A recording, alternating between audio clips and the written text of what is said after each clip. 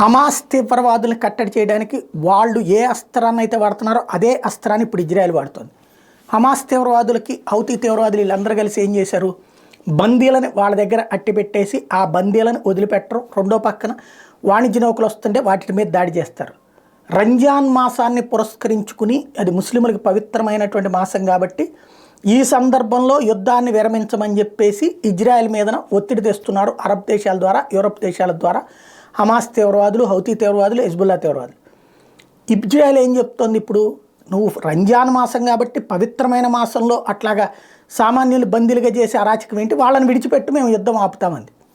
కానీ హమాస్ దానికి నిరాకరిస్తోంది. కాబట్టి ఇప్పుడు ఇజ్రాయెల్ ఏం చేస్తుంది, అల్ అక్సా మసీద్ ఏదైతే జెరూసలేంలో ఉన్నటువంటి అల్ అక్సా మసీద్కి రాకపోకల్ని స్తంభింపచేసింది.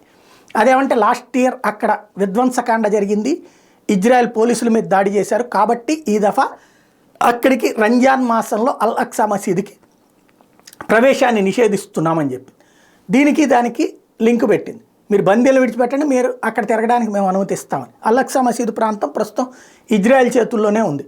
దాన్ని వీళ్ళేమో టెంపుల్ మౌంట్ అంటారు, యూదుల పవిత్ర కట్టడం అంటారు. అలాగని అల్ అక్సా మసీదుని ఏం ధ్వంసం చేయలేదు వాళ్ళు.